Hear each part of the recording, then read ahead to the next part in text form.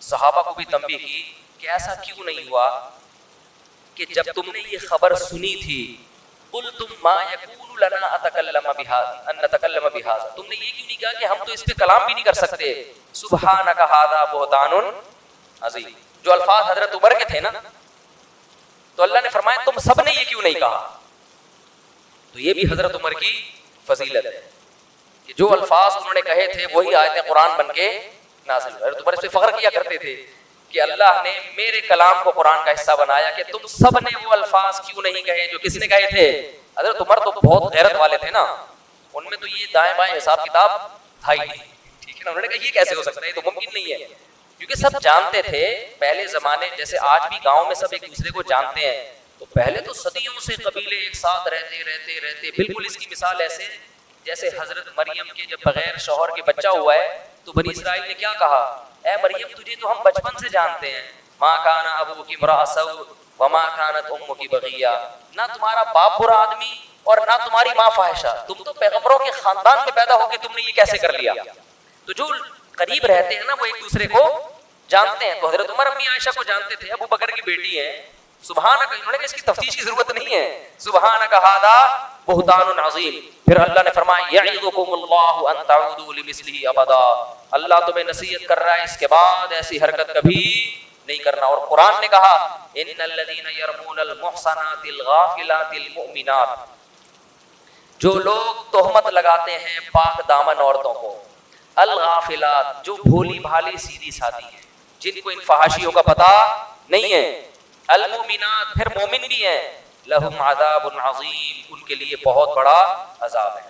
تو اس میں اللہ نے امی عائشہ کو سیدھی سادھی بھی کہا، مومن بھی کہا اور پاک دامن بھی کہا کہ بھائی تہمت اگر کوئی لگائے کسی پہلے سے کوئی فاحشہ عورت ہو، کوئی طوائف ہے مشہور ہے دنیا میں، اس کے بارے میں کوئی کہ اس نے زنا کیا ہے، برا تو یہ بھی ہے جب تک گواہ نہیں آپ نہیں لگا سکتے، لیکن ایک پاک دامن اور نیک عورت پر آپ کیسے تہمت لگا رہے ہیں. پھر قرآن نے یہ بھی کہا الخبیثات للخبیثین والخبیثون للخبیثین.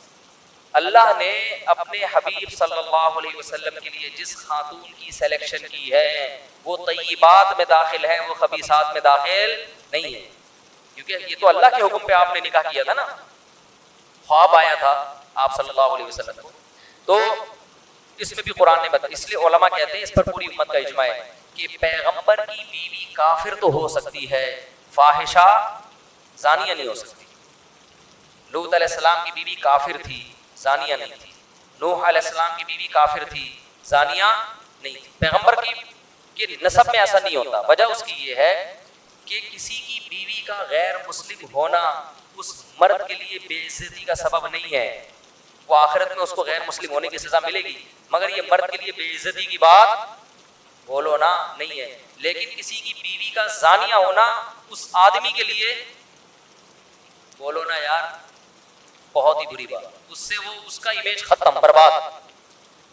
اور پھر آگے نسب میں کیا ہے، کیا پتہ چلے گا یہ بچے آپ ہی کے ہیں، یہ کہیں اور سے تو نہیں ڈاؤن لوڈ کروائے انہوں نے، کیا پتہ چلے گا، نسب خراب. حدیث میں آتا ہے ولدت من نکاح لا من صفا، آدم سے لے کے آج تک میرے جتنی ہماری نسل پیدا ہوئی نکاح کے ذریعے ہوئی ہے، اس میں زنا نہیں ہوا. تو پیغمبروں کے لوط علیہ السلام کی جو بیوی تھی وہ زانیہ نہیں تھی، وہ لڑکوں کو، وہ جو ہے نا وہ لوگوں کو پتہ بتاتی تھی لڑکوں کے بارے میں، خود زنا نہیں کیا اس نے کبھی. تو پیغمبر کی بیویوں کو اللہ اس برائی سے بچاتے ہیں. اور خود بھی اس سے ہمیں یہ بھی پتہ چلتا ہے کہ دیکھو آپ کی جو بیوی ہے نا عمل میں کو کمزور ہو، یہ چیز قابل برداشت ہے. کردار کی اگر گڑبڑ ہے تو یہ غیرت مند آدمی کے لیے قابل برداشت. ابے بولنے میں گورنمنٹ نے پابندی لگائی ہے، اس میں کیا شرمانا. دیکھو کوئی کہے کہ دیکھو اس کی بیوی عیسائی ہے، آپ نے کہیں اہل کتاب سے شادی کر لی، لوگ کہیں گے بھائی اس نے گوری سے شادی کی ہے، اس کی بیوی کیا ہے، عیسائی ہے. تو تھوڑا سا ہوتا ہے یار مسلمان سے کرتے تو زیادہ اچھا. لیکن کوئی کہہ رہا ہے اس کی بیوی مسلمان ہے لیکن تعلقات اس کے بہت وسیع ہیں، اس کے تعلقات بہت وسیع لیکن ہے کلمہ توحید پرست.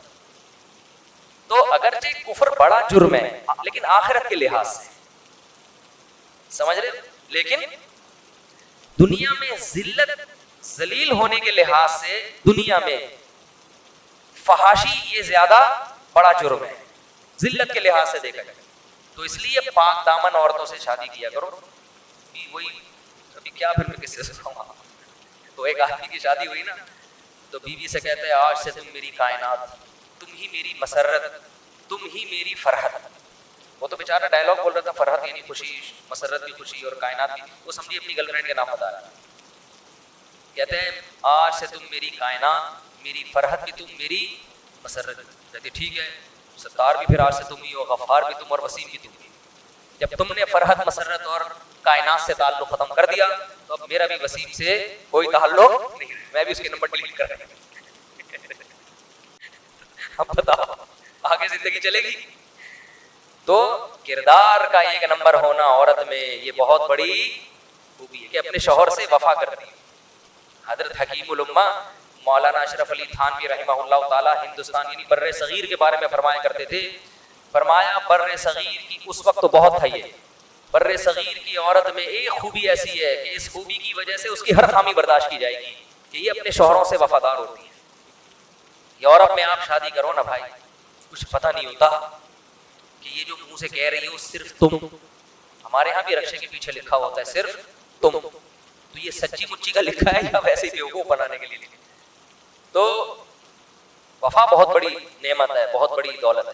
تو اللہ نے امی عائشہ رضی اللہ تعالی عنہ کی برات کو نازل کیا، اور اس واقعے میں بہت سارے اسباب ہیں. ایک سبق ہمیں یہ ملتا ہے بھائی نیک اور پاک دامن لوگوں پر بھی تہمتیں لگ سکتی ہیں، اور ہر ایک کی پاک دامنی اللہ آسمان سے نہیں اتارتا. تو جیلیسی، حسد جہاں بھی ہوگا نا، منافق کو تو حسد ہوتا تھا نا کہ یہ تو ترقی کرتے چلے جا رہے ہیں، کوئی موقع ہاتھ سے جانے نہیں دیتے.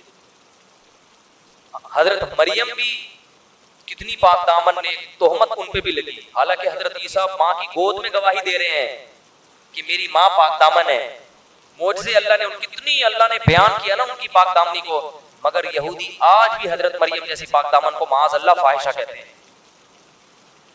تو دنیا میں برے الزام لگتے بھی ہیں اور پنپتے بھی ہیں، چل بھی جاتے ہیں. وہ امی عائشہ کی پاک دامنی اللہ نے آسمان سے نازل کی یہ بتانے کے لیے وَتَحْسَبُونَهُ هَيِّنًا وَهُوَ عِندَ اللَّهِ الْعَظِيمُ وَهُوَ عِندَ اللَّهِ عَظِيمٌ. فرمایا تم اس معاملے کو ہلکا سمجھو، لیکن اللہ کی نظر میں پیغمبر کی زوجہ کا معاملہ بہت بڑا ہے.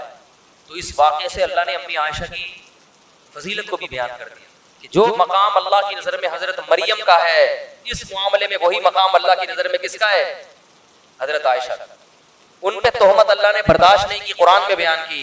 امی عائشہ کی پر جو تہمت لگی وہ بھی اللہ نے قرآن میں بیان کی ہے. لیکن جیسے حضرت مریم کو فاحشہ کہنے والے آج بھی موجود، معاذ اللہ نقل کفر، امی عائشہ کو برا بھلا کہنے والے، فاحشہ کہنے والے بھی آج موجود ہیں. جیسے وہ کافر ہیں یہ بھی کافر ہیں. جو امی عائشہ پہ تہمت لگاتا ہے نا، اسلام کی نظر میں وہ کیا ہے؟ کیونکہ قرآن نے ان کی پاک دامنی کو بیان کر دیا، واضح لفظوں میں بیان کر دیا قرآن نے. تو یہ بھی ہمیں اس سے سبق ملتا ہے، اور یہ بھی سبق ملتا ہے کہ عورت کی جو صفت اللہ نے بیان کی الغافلات، فحاشی کی چیزوں کا اس کو پتہ نہ ہو. باپ کے گھر سے نکل کے کہاں جائے؟ شوہر کے گھر. آج کل ایسا نہیں ہو رہا، ابا کے گھر سے نکل کے 15-20 سال مختلف تجربے کرتے، سب کی بات نہیں بھائی، دو چار ہی ایسی ہیں، لیکن وہی پھر تم ہی میرے ستار بھی، تم ہی میرے یہ نوبت آ رہی. جلدی نکاح کرنے کا فائدہ کیا ہوتا ہے؟ بچی عفت اور پاک دامنی والی زندگی گزارتی، وہ اپنے شوہر کے ساتھ وفا کرتی ہے. سمجھتے ہو کہ نہیں سمجھتے ہو، خود بھی وفا کرنی چاہیے، خالی ادھر کے مشورے نہیں ہے.